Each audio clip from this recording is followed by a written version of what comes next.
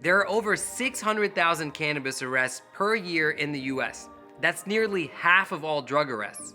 And people of color are 4 times more likely to be arrested for cannabis possession than whites, despite the fact that it's used by different races at similar levels. During a time when the majority of states have legalized the plant in some way, and 2/3 of Americans support its legalization, why are people, particularly people of color, still getting arrested and jailed for cannabis? Let us explain.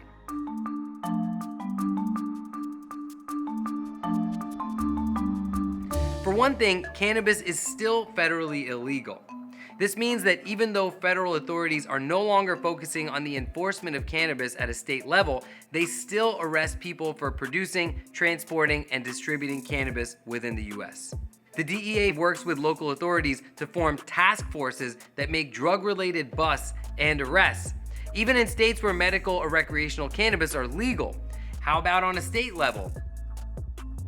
When weed is legalized in a state, it does not mean that those who have been locked up for it receive a get-out-of-jail-free card.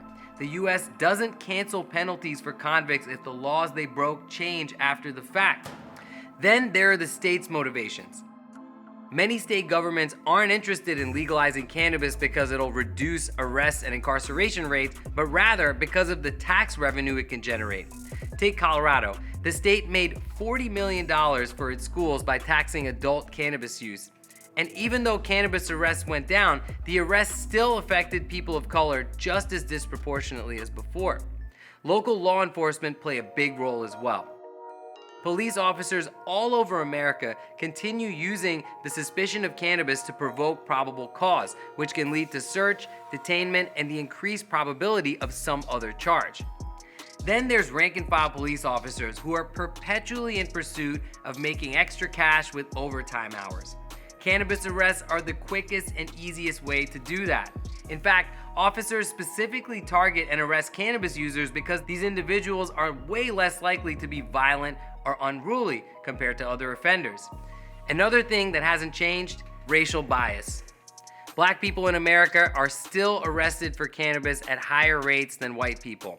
And in many places where cannabis is legal, certain rules block anyone with a criminal record from working at a legal cannabis business. And those excluded are often people of color. But there have been a few efforts to help right some of these wrongs.